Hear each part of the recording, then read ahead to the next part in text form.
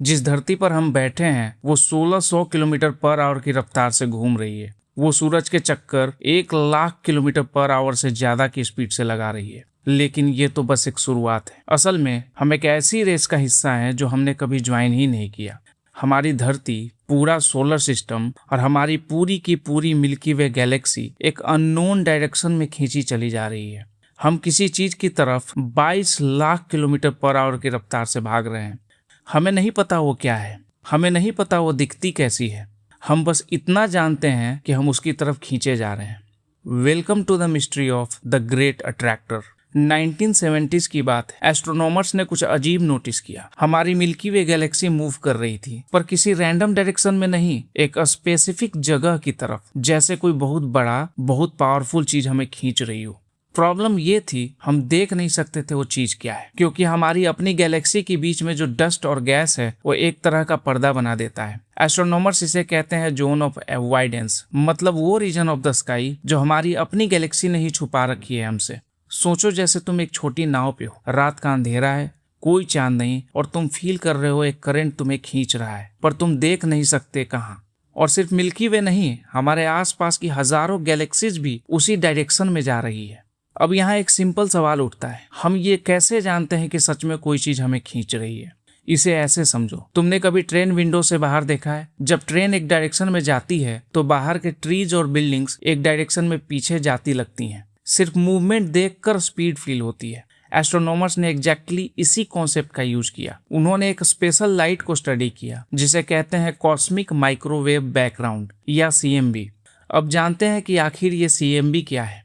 जब यूनिवर्स बना big bang के बाद तो उस समय बहुत ज्यादा हीट थी। वो हीट धीरे धीरे ठंडी होती गई और उस हीट की एक लेफ्ट ओवर ग्लो आज पूरे यूनिवर्स में हर तरफ मौजूद है। जैसे एक कमरे में हीटर बंद करो, कमरा ठंडा होने लग जाता है, पर थोड़ी देर तक वार्मथ रहती है।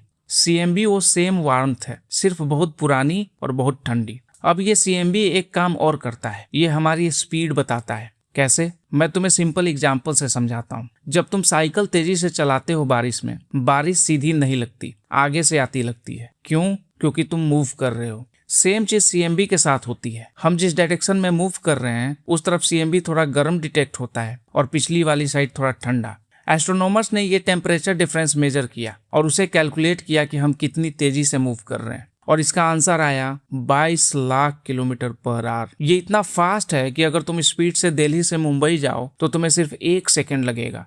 ये स्पीड एक प्रूफ है कि कुछ है, कुछ बहुत बड़ा और बहुत पावरफुल, और वो हमें अपनी तरफ खींच रहा है।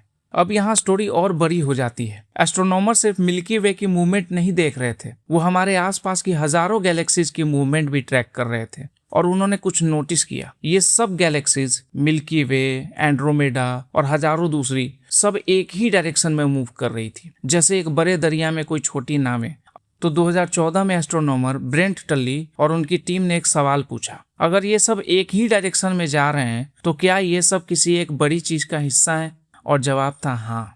उन्होंने डिस्कवर किया कि हजारों गैलेक्सीज एक्चुअली एक बहुत बड़े स्ट्रक्चर का हिस्सा है, एक सुपर क्लस्टर, इतना बड़ा कि इसका एक नाम देना जरूरी था। उन्होंने इसका नाम रखा लैनिकिया। लैनिकिया सुपर क्लस्टर में लगभग 1 लाख गैलेक्सीज हैं, और इस पूरे लैनिकिया की एक सेंटर है, एक दिल, एक ग्रेविटेशनल हार्ट, जहां सब कुछ खींचा जा रहा है। तो अब असली सवाल, ये ग्रेट अट्रैक्टर एक्चुअली है क्या? अगर सीधा जवाब दूं तो हम पूरी तरह नहीं जानते, अभी भी नहीं। पर हमारा बेस्ट गेस क्या है? वहाँ एक बहुत बड़ा गैलेक्सी क्लस्टर है जिसका नाम है नॉर्मा क्लस्टर। बहुत सारी गैलेक्सीज एक ही जगह पर यहाँ एक प्रॉब्लम है। जब एस्ट्रोनॉमर्स ने नॉर्मा क्लस्टर की ग्रेविटी कैलकुलेट की तो नंबर्स मैच नहीं कर रहे थे। नॉर्मा की ग्रेविटी इतनी नहीं थी कि हमारी इतनी बड़ी स्पीड को एक्सप्लेन कर सके।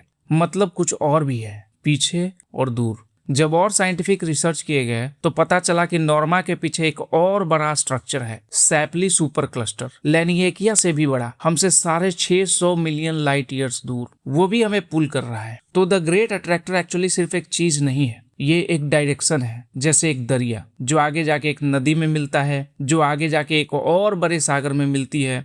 ग्रेविटी की कई लेयर्स, एक के पीछे एक दूसरी। हम उस दरिये में एक छोटी सी नाव है जो बहते जा रहे हैं बिना रोक के। अब एक बड़ी प्रॉब्लम है, हम ग्रेट अट्रैक्टर की तरफ जा तो रहे हैं, ये सच है, पर हम वहां कभी पहुंच नहीं पाएंगे। क्यों?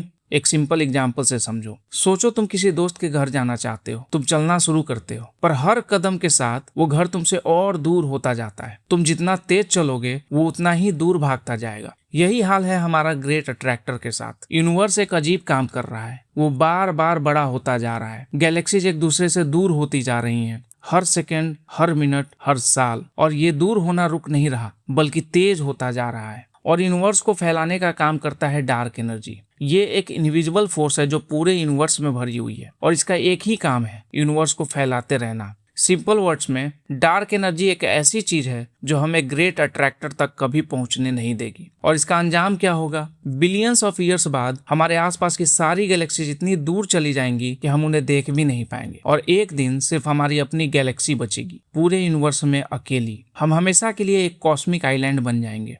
ये सोचना थोड़ा ओवरवेलमिंग लगता है ना, कि हम एक ऐसी जर्नी पे हैं जो कभी कंप्लीट नहीं होगी, कि जो चीज हमें खींच रही है वो इतनी दूर है कि हम वहां पहुंच ही नहीं सकते। पर मैं ये भी कह सकता हूँ, इस पूरी स्टोरी में जो चीज सबसे ज्यादा हैरान करती है वो ये नहीं कि हम कहाँ जा रहे हैं, वो ये कि हम समझ पाए कि हम जा रहे हैं। छोटी सी अर्थ पे बैठा इंसान, उस इंसान ने टेलीस्कोप उठाया, इक्वेशन लिखी और पता लगाया कि पूरा ब्रह्मांड एक डायरेक्शन में बढ़ रहा है। ये साइंस का जादू है, और ये कहानी अभी खत्म नहीं हुई।